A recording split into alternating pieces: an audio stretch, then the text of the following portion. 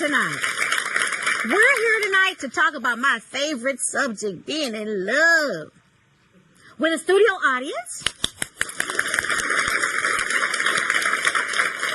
And one of my closest friends in all the world, Joel Brooks, who just finished writing a great new book called The Unspoken Rules of Love, What Women Don't Know and Men Don't Tell You. With me, we co-authored it together, and he's here to talk about love tonight. Come on, Joel.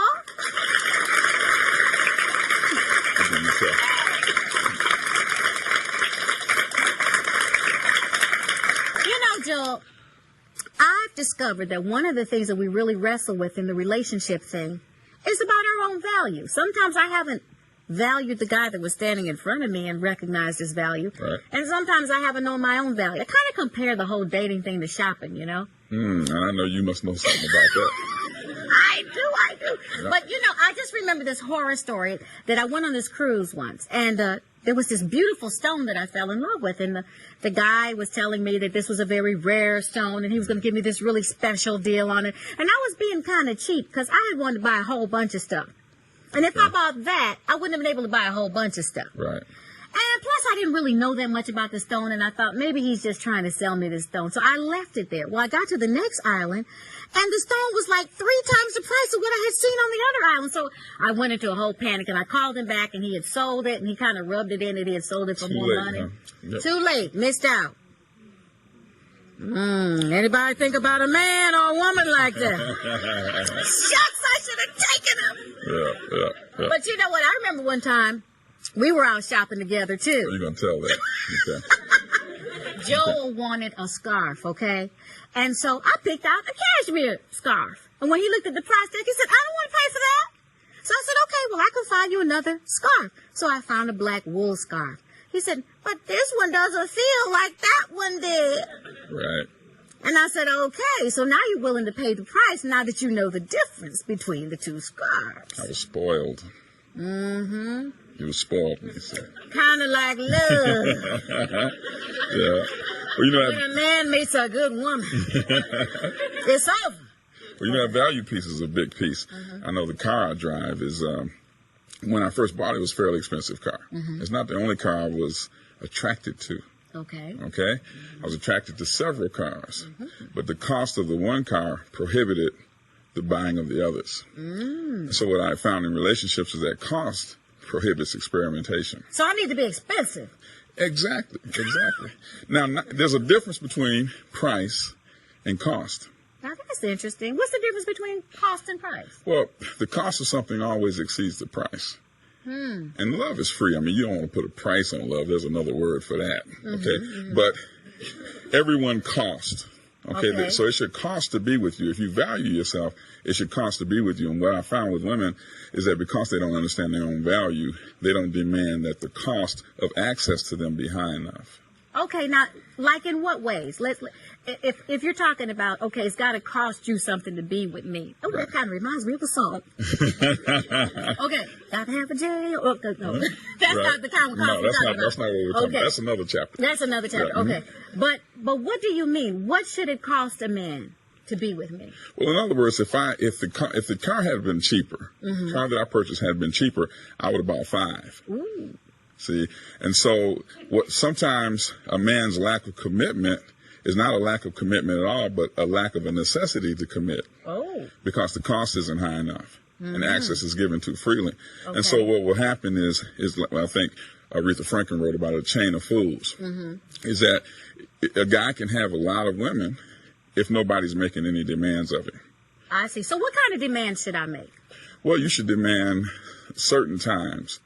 Okay, like say, for instance, demand, what would I call it? Prime time dates, Friday night, Saturday night, holidays. And he should let me know ahead of time, not the last minute too, right? Oh, absolutely. Absolutely. If it's a value piece, yes. If he values you. Because I might be busy. I mean, he plans work on his teeth, so you want to at least be as important as his teeth. That's good. Right. I remember one time I was in Palm Beach shopping, and you know, I'm going to sound cheap if we don't watch it here. But I was shopping, and I was in a store, and I saw this belt, really attractive looking belt. And there wasn't a price on the belt, which should have let me know I shouldn't have been in there. Okay, Okay. But I asked the lady, and the belt was $400, which was a few dollars more than I was planning on spending on the belt that day. Okay. Right. And so rather than look cheap, I continued to look at the belt as if I was interested. And then I hung the belt up and weaseled on out the store, you know. Now, she knew the value of the belt, and she could have dropped the price. Okay, but the belt had its value before I came in the store. That's true. And what I find with women is that they don't have value until a man tells them they have it. And so that gives the man the power to lessen her value or to initiate a sale. See what I'm saying? So you think we discount our love in a sense? Oh, absolutely, because you don't know your value before the man comes in. See, so the lady didn't discount the belt because she knew the value of the belt. So I left, but the belt still had its value. Me wearing the belt doesn't give it value. The belt gives me value because of its value. That's right, because we recognize that you're wearing a Fendi belt, and we go, oh. Exactly. Okay. Exactly. But you know, I mean, what other kind of ways? Because you said, okay, he should make appointments. I mean, we should have prime time. So let's talk about that whole accessibility thing a little more, because women, we get into that. We love it, you know, when y'all keep us on the phone all hours of the night, and we still don't know where we're going in the relationship. And we get into that when we talk about closing the deal. Yeah, okay. And protecting your heart. Okay. And we're going to get into because we give you some tools on how to weigh that. Because a man, see, when you commit, you give up options. Okay. Okay, and so what a man will do, rather than come to a woman with strength, he'll drink from her strength. Feel like a man while he's with you, and then when it wears off, find something else fresh. Ha-ha! And so you have to You all are sneaky. Yes, they are. They're real sneaky. And I'm telling on them. Okay. I'm telling on them. Well, okay. So we've got this whole thing about price and cost. Right. I want to hear a little bit more about that, because we know, like, okay, I just bought a house. Okay. Now, they told me it cost this much. Right. This was the price tag on the house. Right. But it has cost me a lot more since I've Exactly. been in it. It's harder to maintain than it is to obtain. Yes. Yes. Right. Ooh, that's good, ain't So it? that's the difference. And so it's just like, say, for instance, salvation is free, but it costs you your life. See, and so the cost is what is involved in having something, as opposed to actually putting something down for it and paying a set price. See, and so the Bible tells us to count the cost. Okay. Okay, and so what happens is, it's like if I were in a restaurant and they came by and they said, these rolls are new and they're free, we want you to try one. I'm going to try one. Right, because it's free. Right. And if I don't like it, just spit it out of my mouth. Right. Okay? But if they're $10 a piece, then I'm going to commit to that roll. I'm eating the roll. Okay? I don't care what it tastes like. I'm eating the roll. Okay. Because I paid the cost. I made a commitment. Now, you said that cost prohibits experimentation. Right. So what should a woman cost to prohibit a man from experimenting? She should require him to declare where the relationship is. In other words, if they're talking morning, afternoon, evening, and she says, well, what do we have? What are we doing here? And he says, friends. Then she should say, well, I don't talk to my friends 3 times a day. So we should back this up, right? Yeah. We should back this up, talk once a week, and make him miss you. See, because the reason he won't commit is that he doesn't want to lose. And so the only thing that balances that out is the possibility of losing you. Now, he may be ready to lose you, and you have to be ready for the reality of that. But if a man is willing to live without you, then he should. Ooh, I like that. If he's willing to live without you, then he should. Yes. I think y'all ready for some questions. I see you wriggling on your seats. Does anybody have a question? Yes. Michelle, this is not directly related to what you're talking about, but is related to value. How do you feel about internet dating? And have you had any experience in that? Well, I've experimented in that genre a little for the Aspiring Women show. And it's not for everyone. Now, my brother met his wife on the internet. And she is a wonderful woman. She is an answer to our prayers. So I actually have mixed feelings about it. Maybe because of where we are in time, God can use lots of different ways to put people together. What do you think, Joel? Well, I think there's some risks involved in meeting someone over there because you don't know who they are. I mean, we had one guy who fell in love on the internet, and he didn't send a picture.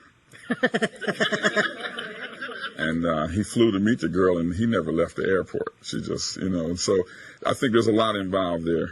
I mean, you have to be attracted to a person, and you can fall in love with a person just on the exchange of communication. That's true. And you can mess around and have your heart committed to something that otherwise you don't want. And so also you need references on a person, especially for a woman. So at some point early on in the conversation, they should be able to refer you to people who can say some good things about them. Because one of the things about dealing with people, too, is seeing them in their surroundings. Right. And you don't get to meet their friends. You don't get to find out who their family is. You don't get to know anything about them except what they're telling you. Oh, but we've got another question over here. I have a question about cost. Where do you draw the line between assessing your own value and playing games with someone? Well, playing games is a control piece.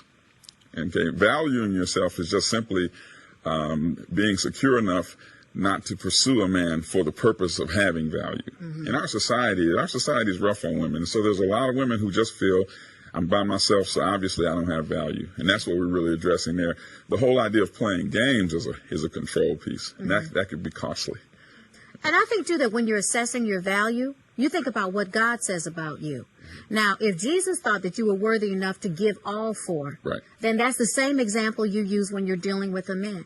If Christ wouldn't do less than that for me, then the person who wants to be in my life would not do less than that for me. Right. Is there another question over here? Okay. You mentioned defining the relationship. Now, I know the second date, of course, is too soon to start trying to define it, but how long or how soon should you start thinking about that? When he starts trying to touch you, girl, you start trying to do stuff that friends don't do, you have permission to ask, where we at? I sense a wound or something there. You might have some stuff to get over. Let me answer. I'll answer this. Go ahead, Joe. Now, what happens is when you sense that your heart is getting into it, okay, and so you're involved and you're really enjoying the experience, well, at that point, you want to know where it's going. So what you do is at that point, when you feel your heart is into it more than his. See, as a woman, it's very vulnerable for you to overcommit. So you want to pace your commitment with the man's. Okay, so when you feel this is something that I'm learning to look forward to when I don't talk to the person, I miss them, and all those things where you're involved at that point.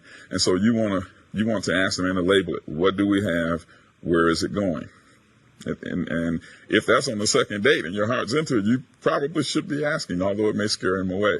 Yeah. We have other issues. Yeah, that's very true. Is there another question?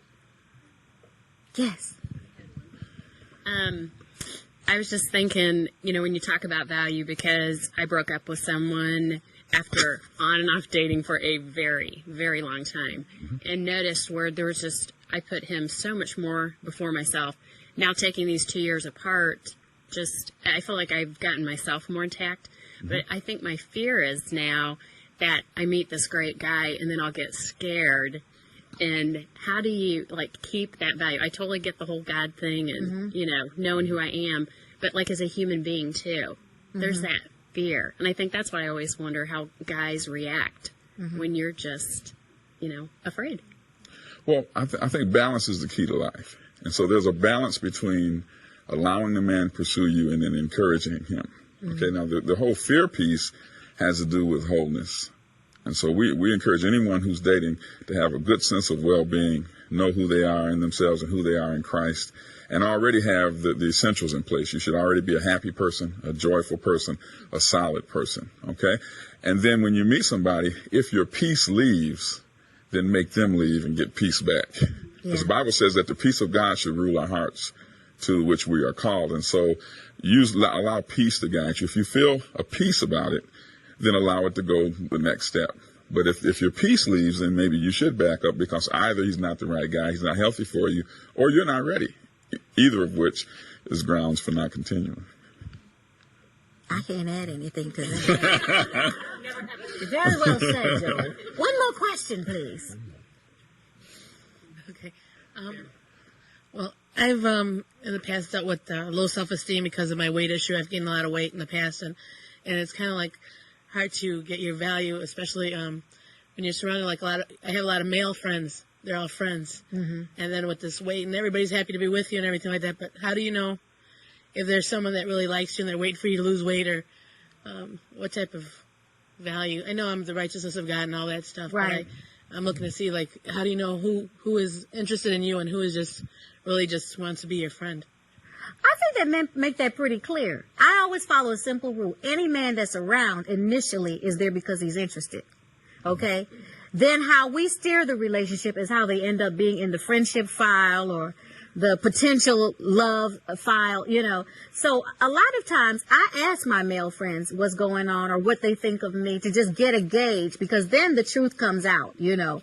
And I just kind of assess it from there and decide where to go from there. But you're a beautiful woman, you know. So, and let me tell you, love comes in all sizes. And so you've got to be secure within yourself and know that no matter what size you are, be the best you that you can be. And when you feel good about you, someone's going to want to be a part of that. This is so good, but we got to go and come back. We're going to get into that attraction issue in one of the... That's right. We'll be right back with some more on that.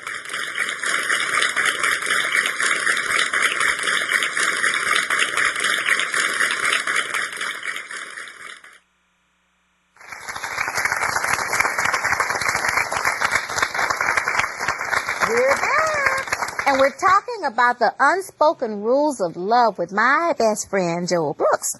Right. You know, Joel, we were talking about the difference between cost and price and knowing our personal value, and it kind of reminded me of a story of one day I was traveling, and I got in the car to go where I was going, and about 15 minutes later, I realized I had left my purse in my hotel room. Okay. And I had all these horror pictures of, you know, the maids going Right. in and swiping stuff and everything. So in this great big panic, I turned around and ran back to the hotel, and I ran back in, and sure enough, my purse was there and it had been untouched. And I was so relieved because my life, I don't know about you guys, but my life is in my purse, okay? I mean, everything that is valuable to me is in my purse. Right. This was going to be a very difficult part of life if they had taken my purse. And then I thought about it afterwards. I said, you know, that's interesting how protective we are of things that we value. You know, Right. I don't leave my jewelry lying around the house, you know, if people that I don't know are coming over, because things walk, you know. But why do we leave our hearts laying around? And why do we leave our bodies laying around? Why Right. don't we protect our hearts better? Well, it's another value piece. I don't think we understand. First of all, men and women are different. Okay. And, you know, the whole Mars-Venus piece everybody talks about. And women tend to lead with their heart. They tend to be intuitive, which is a strength once you are in a relationship or even in your relationship with God. Yeah. But when forming a relationship, what we try to do in the book is reconnect the head to the heart Yes. and balance your Definitely. decisions, your heart decisions with head decisions. And what happens is when a woman doesn't protect her heart makes a decision, and then her mind justifies it. I mean, we all know people who've fallen in love with the wrong person. And it's because they didn't protect their heart initially. And before they knew it, they were in something that they didn't want to go through the pain of ending, but that they knew should end. Well, I think, too, we kind of think that something's better than nothing a lot of times. Yeah, a lot of times, but we find out that there's times when not having anybody is better than being with somebody that you loathe. That's You very know? true. Or that gives you trouble and more trouble gives you than trouble, you yeah. bargained for. Right. But how do we protect our hearts? Because, you know, you guys, you do this microwave love thing. You come on, and you're at it hot and fast, you know, and you heat up really fast, and you cool off even faster. You know. Right. So how does a woman pace her heart and stay connected to her head? What kind of things should she assess in this man so that she can protect her heart? Well, men who know how to work it understand that with most women who don't understand these things, if you give them a great 2-3 weeks, they'll spend the next 2-3 years trying to recapture that initial feeling. Ooh, And so, they're sneaky. and then some guys not knowing do it. I mean, I've gotten into situations like that and didn't know why the relationship wound up in trouble. And it's because of the intuitive piece, okay? You can become attached to somebody you're really attracted to just by proximity, just because you're around them a lot. And so it's really necessary, and we talked about this in the other segment, it's really necessary that a woman begin to hold the man accountable as to where the relationship is going.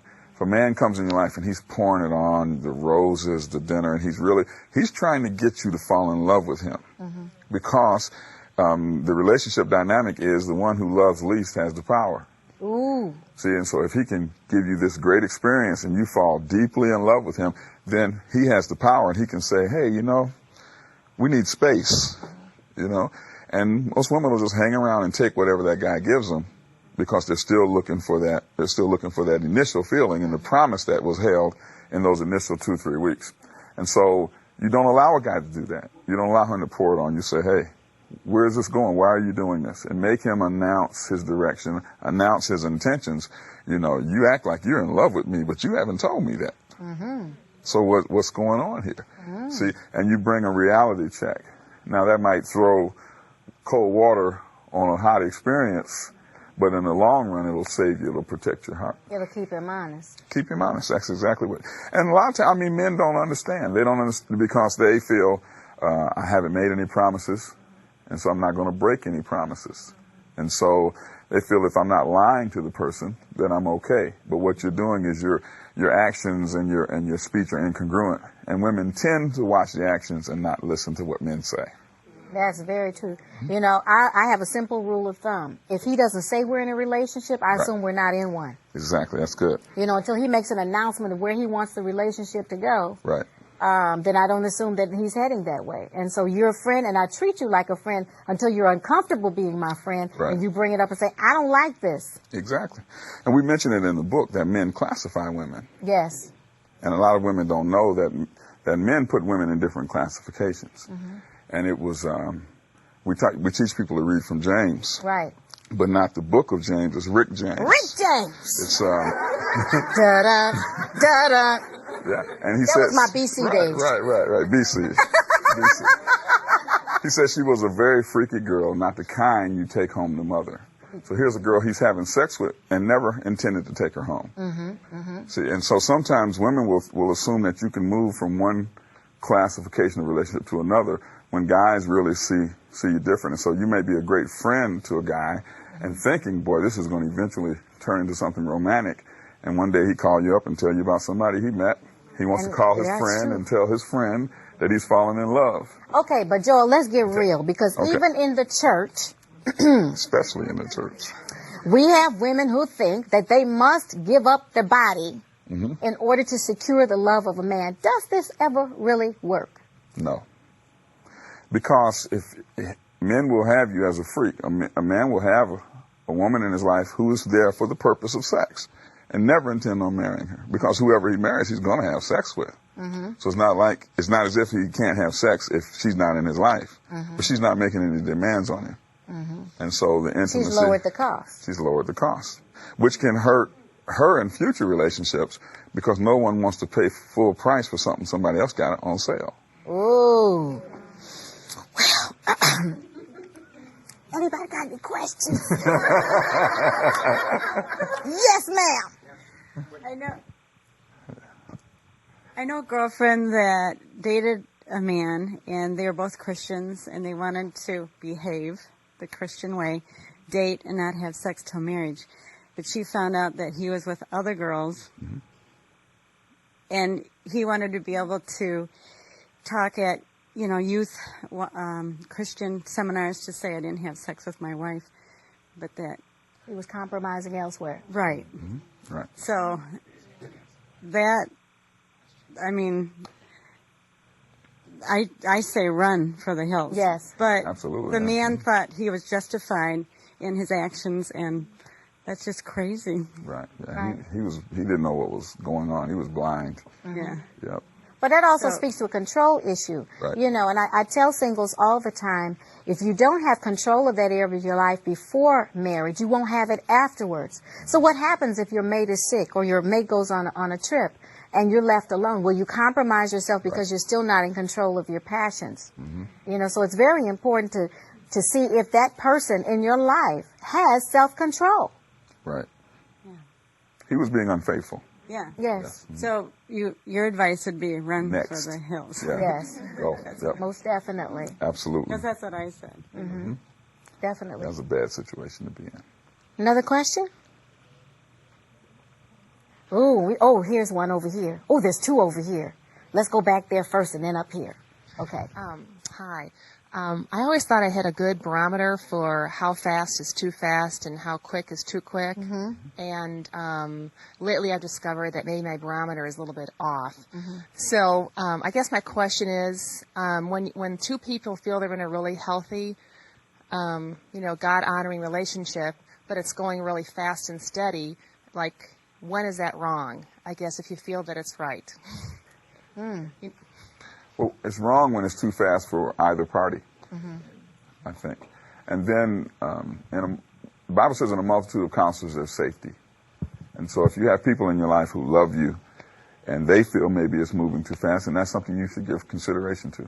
Because the thing about love is it's just, when you fall in love, you lose your mind, And so that's another reason why we're trying to connect the head to the heart. So if either of the two people are uncomfortable about the pace, or if the people around you feel like, man, this is moving awfully fast, then I would give some consideration to that. Let me interject a question here before we take the other question. Yep. The other thing that bothers me that I see a lot going on is people in relationships for 5 and 6 years, and it's like, where is this thing going? Now, I'm saying, if you're a Christian, how can you be dating that long and stay holy? But what is that? I'm sorry. Hey, I'm just being real. Right. Okay? But when does a man know that this woman is the one, and what keeps him from letting his intentions be known? How does this happen? How do relationships drag on and on? I might be jumping ahead of our segment, but... Well, I feel if he's not committed, there's a reason why men are not committed, and it's because they're not committed. Yeah. And that's as deep as it goes. Now, some people may have been hurt, and so they're afraid to commit or whatever. But the reason people are not committed is that they're not committed. And as Christians, we believe in covenant. Why would two people who could have all the sex they want and do everything two married people do, why would you get married in the first place? The only reason is for safety, for commitment, for exclusivity. And that the covenant means I won't leave you. And what began as an attraction and based upon the gifting you have and what you bring, now once I'm in covenant, it's based on my integrity. And I won't leave you based upon the integrity I have as a person. And that's a commitment. See, and so we don't know what's going to happen. You don't know if somebody better is going to come along. You don't know if the person's going to get sick. You don't know what's going to change. And so it's really a lack of commitment, the reason why relationships drag on like that. And I tell people, women to use a verse from the Bible. And it was one that John the Baptist used with Jesus. I know that verse. And it was, are you the one or should I look for another? That's right. I like that. Okay, we had another question over here. Right. What are some practical ways that a woman can guard her heart until the right man comes along? I think part of it is guarding your time. Women spend a lot of time being way too available for men. And we give them the idea that we have nothing better to do than to wait for them. That is not a good place to be. Your life should be filled with other things so that he knows if he wants to see you, it becomes a priority and he makes an appointment.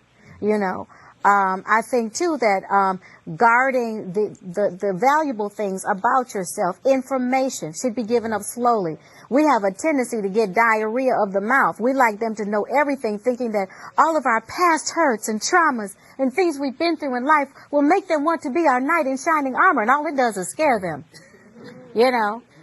So those are two biggies. And then, giving up your body too soon also. Just, Bunny Wilson says that a man has an alarm in his system with testosterone, and it wakes him up like every 72 hours and says, get up and find a mate. And if you give yourself too soon, you put him to sleep. You need to control your thought life. Allowing yourself to get into fantasy, imagining being with the guy, those kinds of things. What happens is that's your mind. God gave us the ability to see ourselves in the future. Right. And when you cast somebody into your future who's not committed to being there, that's where a broken heart comes from. And so the way to a woman's heart is through words. And so really monitor what he says. When he begins to say things that's going to reel you in, then put a stop to that and say, hey, if we're just friends don't talk like that. That's right. Just remember that disappointment comes from an appointment somebody made and the other person didn't show up. Any more questions? One more back here. Yeah, I have a question as far as like, what does a guy need to do? He's told to be a nice guy, but what does a guy need to do to keep a girl from thinking that he has interest when he's just being a nice guy? That's a good question. Well, that's why we wrote the book, because there's really nothing you can do.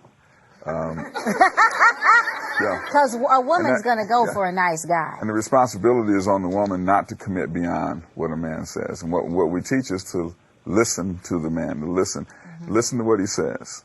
And I've talked to women and I say, well, what is the guy saying? Is he saying he wants to marry you? Is he saying he's pursuing marriage? No, but Pastor, I can tell by the way he acts. I said, no, you can't. What is he saying? People commit to the words that they speak. And so listen to what he's saying. But the nice guy can also be nice enough to help his friend stay clear on where they are. Because I find that a lot of times that the lines get blurred and that guy is not keeping everything straight. He's saying, he's playing along with it because he falls into a comfort zone. Right. It's kind of nice to have a friend without the without the commitment, without the responsibility, but all the